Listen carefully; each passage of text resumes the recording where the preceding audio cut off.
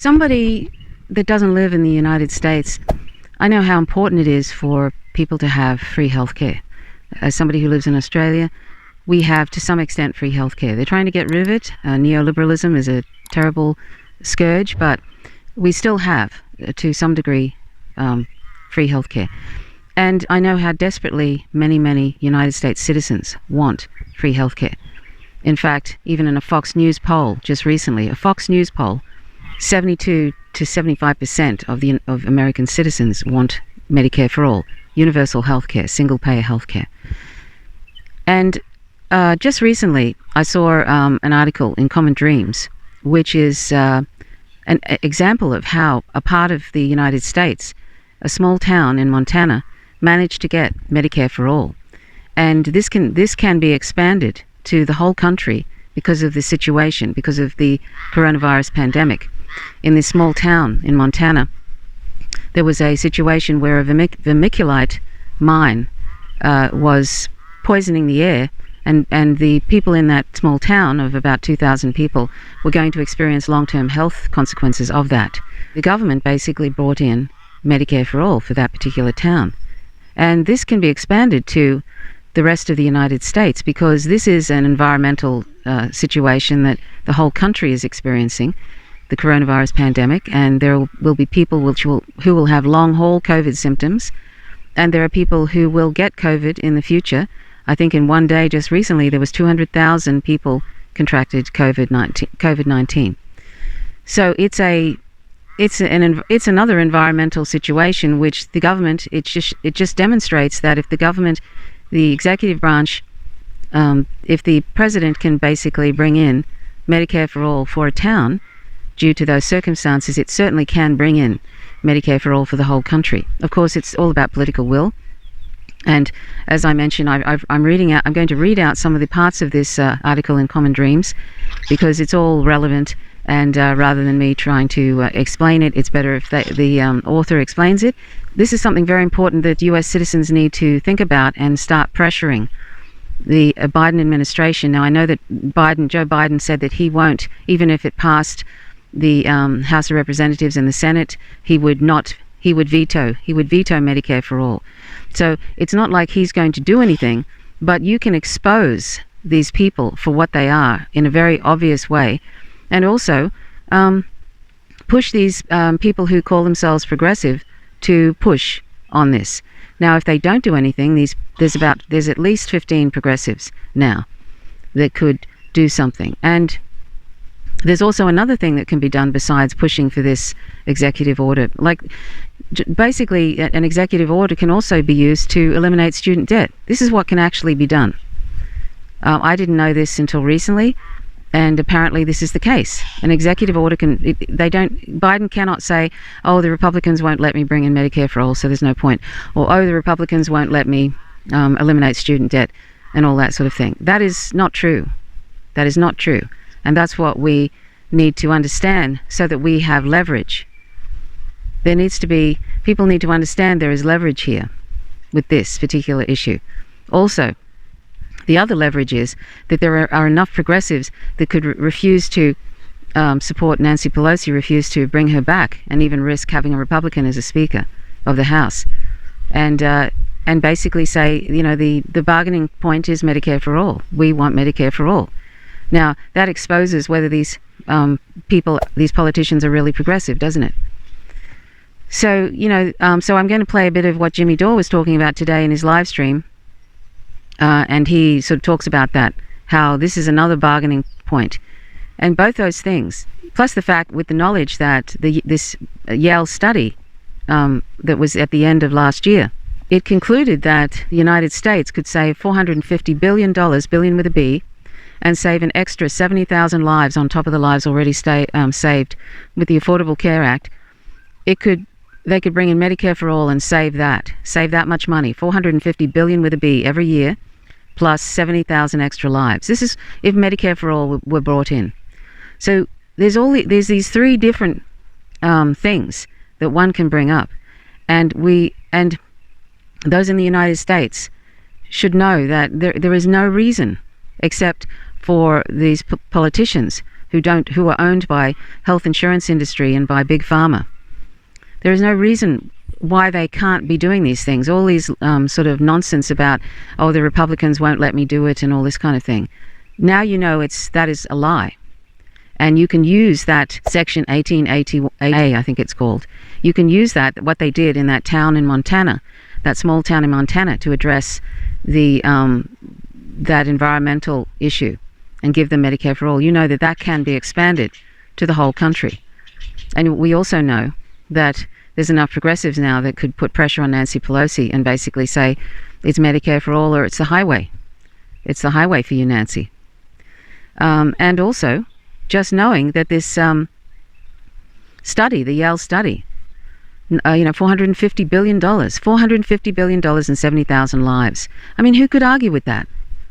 Actually saving money. So anyway, I'm going to play you this reading, parts of reading of this essay, and then I'm going to show this excerpt from Jimmy Dore about the 15 progressives that are required, putting pressure on these progressives now to put pressure on Nancy Pelosi, and see what happens. Because after all, the important thing too is to expose these politicians for what they are, and it's good to expose these politicians and for everybody to see. And if the Republicans, if by some miracle Joe Biden did that, brought in Medicare for all in a pandemic, which anybody with any sense of a conscience, any empathy would do, and that's why most of these people are psychopaths. But just say he did do that as an executive order, which he can do. Then just say the Republicans take him to court. Well, then that just shows what tosses to everybody in the country, what tosses the Republicans are, and it'll probably help the Democrats if they sweep in again. Now, I just want you to know, I think the Democrats and the Republicans, the duopoly, they're just one big party, and they're as corrupt as all get up. I think they're awful. The country needs a third party, at least, and it needs a grassroots movement that works outside of these parties. But this is just something that people can do right now, while organising outside these parties, supporting third parties like Party for Socialism and Liberation or a Movement for a People's Party. I'm not sure how anti-imperialist the Movement for a People's Party is. I hope they are. I hope they are also for supporting Julian Assange and all that sort of thing. I don't know enough about these parties. I don't know if they'll end up in the dustbin with all the rest of the garbage parties there are. I don't think Party for Socialism and Liberation will. They are truly an anti-imperialist party for the people. I'm not including that in what I just said, but I'm just talking about other third parties. Anyway, but please stick around and listen to this article, and please watch the end with Jimmy Dore talking about these 15 progressives and Nancy Pelosi. So thanks for watching.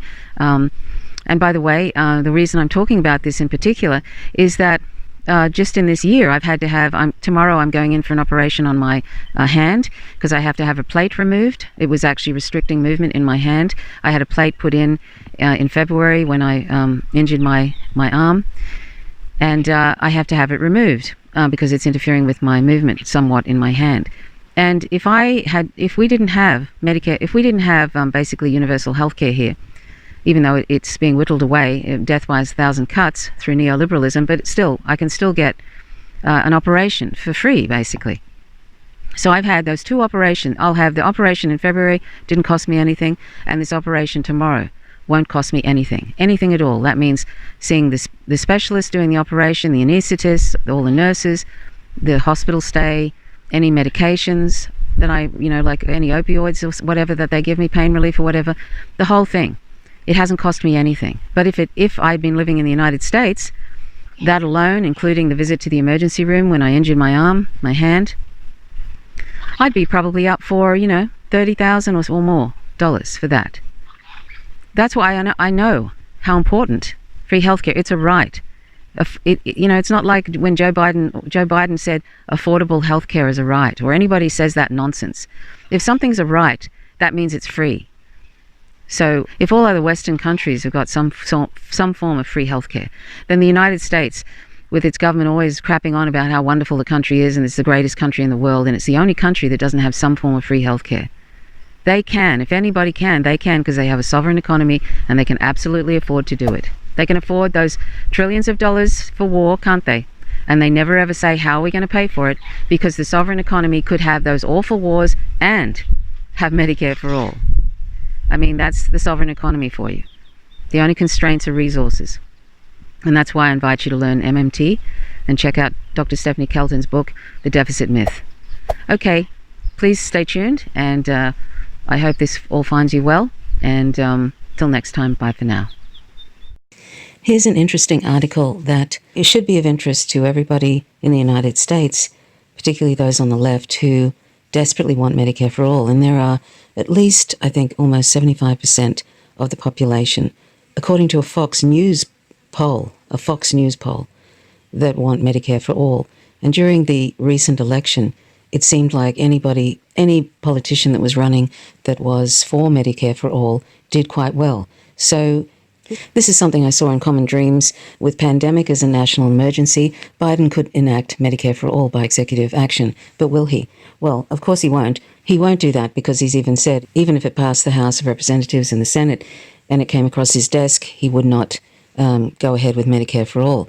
But this is an interesting article, and it shows an example of how the president can use his executive powers or her executive powers to pass Medicare for all, and it happened in a small town in Montana. And it was journalist David Dayam who presented a convincing case Tuesday that President-elect Joe Biden, once sworn into office come January, would have the legal authority to immediately provide complete Medicare coverage to everyone in the country via executive action due to the COVID-19 pandemic, though the very serious question remains, would he? According to Dayan, the government has picked up the exorbitant healthcare costs for individuals subject to a dangerous environmental hazard before. Explaining the precedent, he wrote, "The people of Libby, Montana, population 2,628, share something in common with the rest of the developed world, but not their compatriots in the United States. They have access to a single-payer Medicare for all system. As part of the Affordable Care Act, the residents of Libby, who were exposed to hazardous airborne asbestos from a vermiculite mine owned by the W.R. Grace Company, were made eligible for Medicare for free at the discretion of the Social Security Administration and the Department of Health and Human Services. It was codified in Section 1881A of the Social Security Act. While Section 1881A was used to protect the residents of Libby who were exposed, through no fault of their own, to deleterious conditions, quote, that would trigger long-term medical complications, end quote, Dayan noted that, quote, the language of the statute refers to any individuals subject to an environmental exposure, end quote, and therefore conveys a principle that could be applied more broadly. What is the coronavirus pandemic, if not a public health catastrophe on a much grander scale than the one experienced in a small town in Montana? Quote, there's an environmental hazard spreading through the entire country right now, end quote. Dayan wrote, quote, it's affecting people unsuspectingly and killing hundreds of thousands.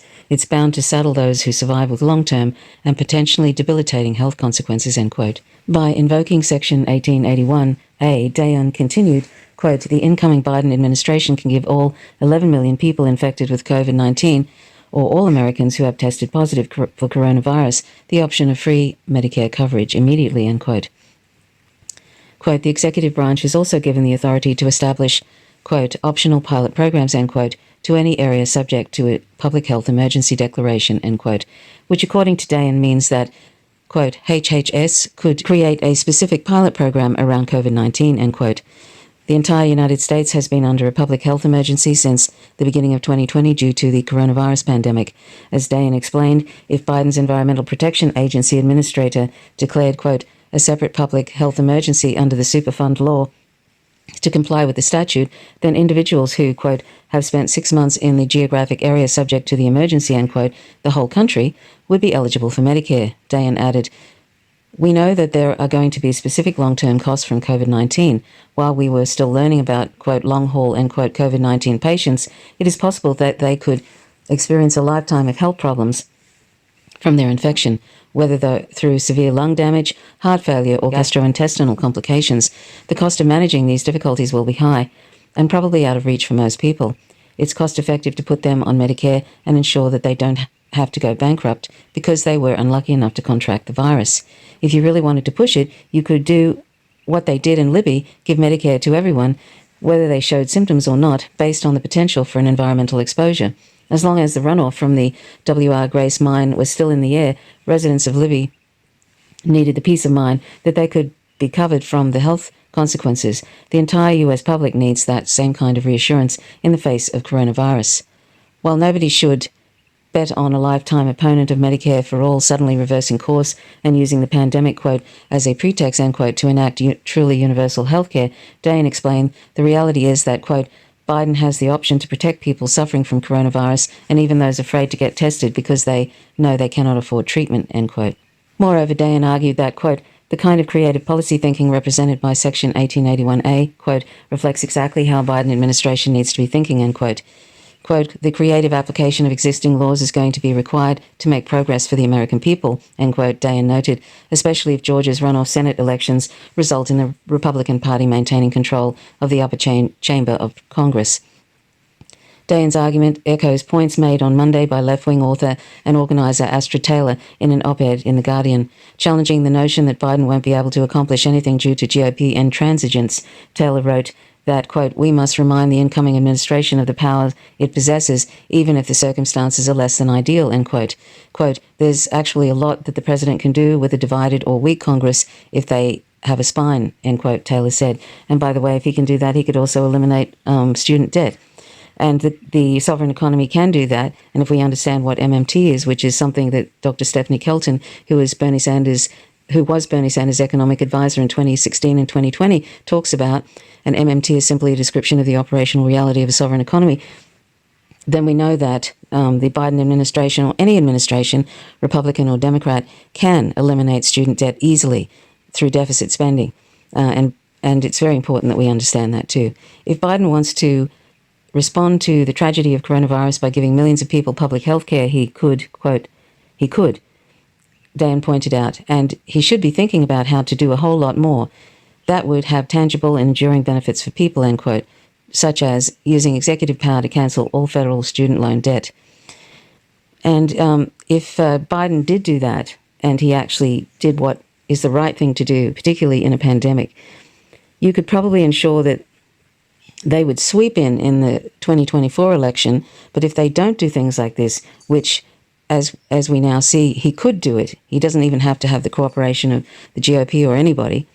Biden could do that, and he will probably choose not to. And what will that mean? It will mean that there will be a competent fascist will sweep in 2024 because, once again, the U.S. Democratic Party is no alternative to the GOP and is ignoring their base, is ignoring the progressives in that party, is ignoring what most of the population in the United States wants, which is Medicare for all.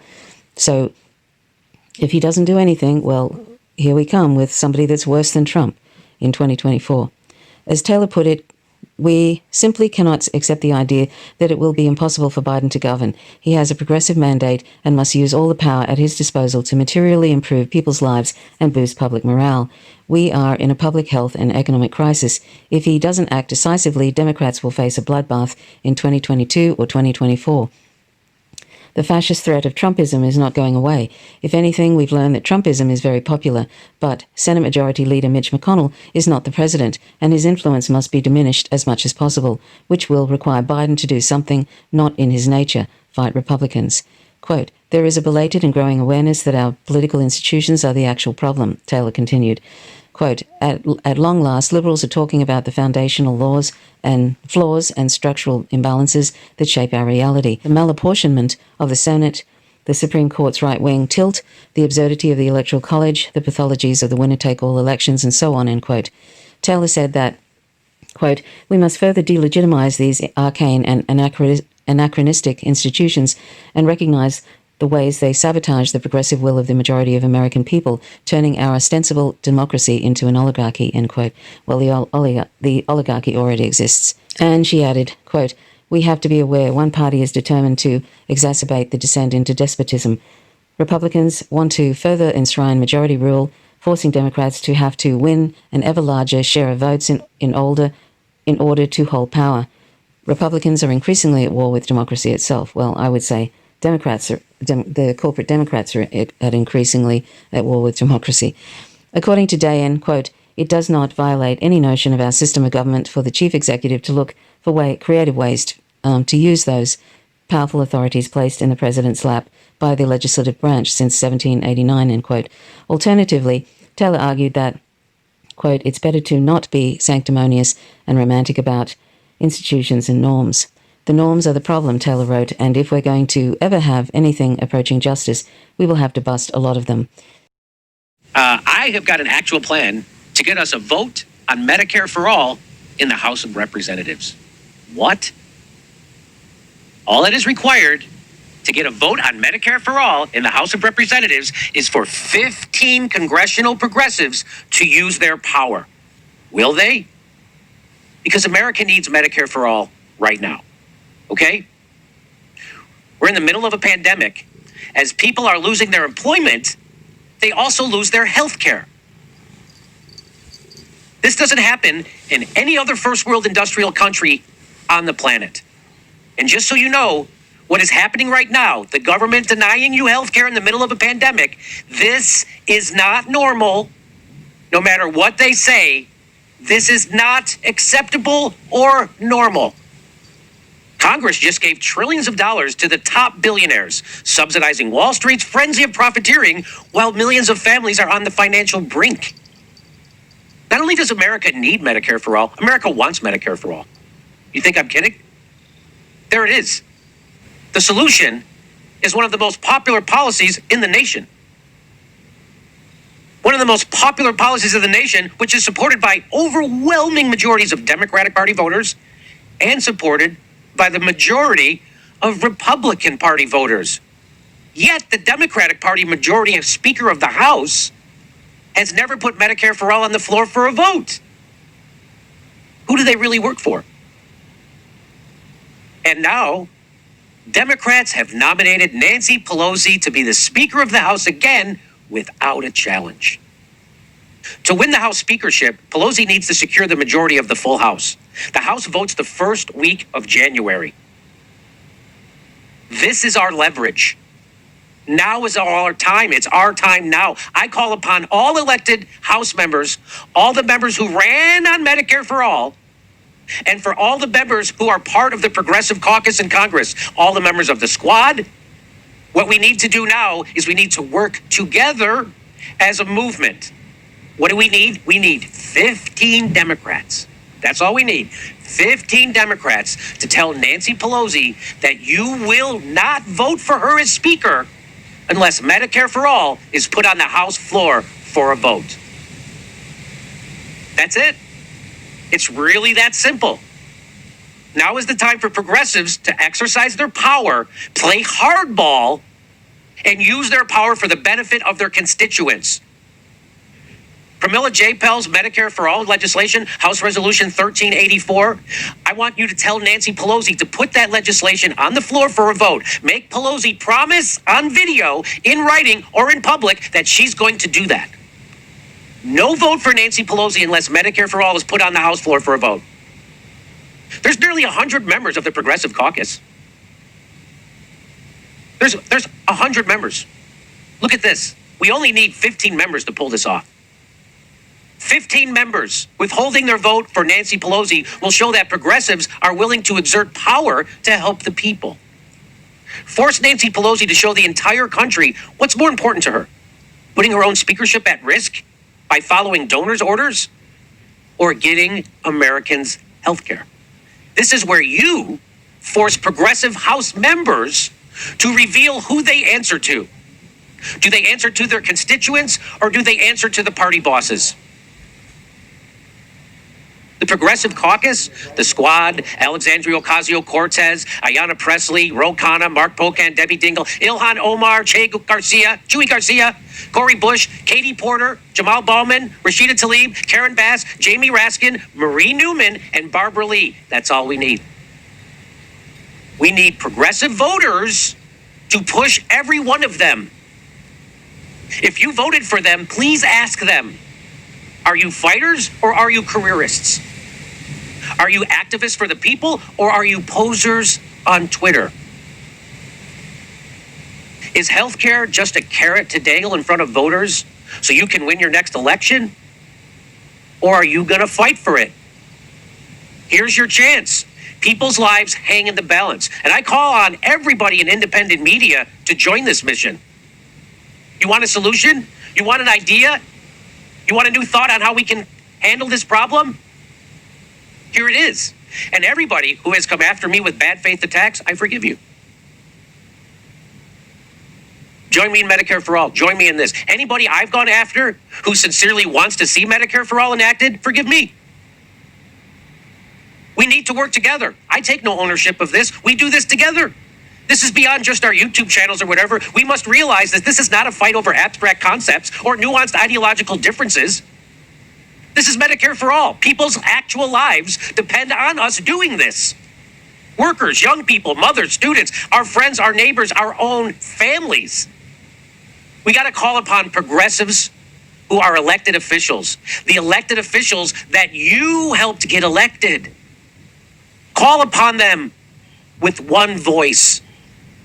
No vote for Nancy Pelosi unless Medicare for All is put on the House floor for a vote.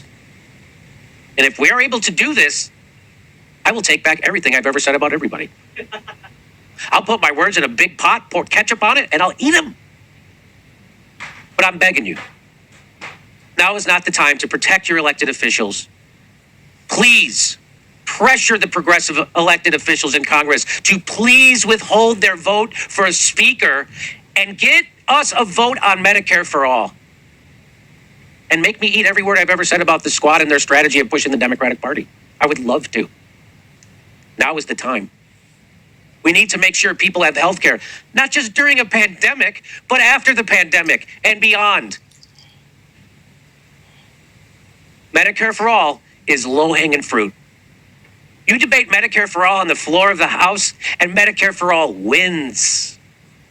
That's why they won't bring it up for a vote. The progressive movement has been ready to fight this battle, and now's the time to fight this battle. No vote for Nancy Pelosi until Medicare for All is put on the House floor for a vote. Make Nancy Pelosi promise on video, in writing, and in public. Force the Congress to show which side are they really on.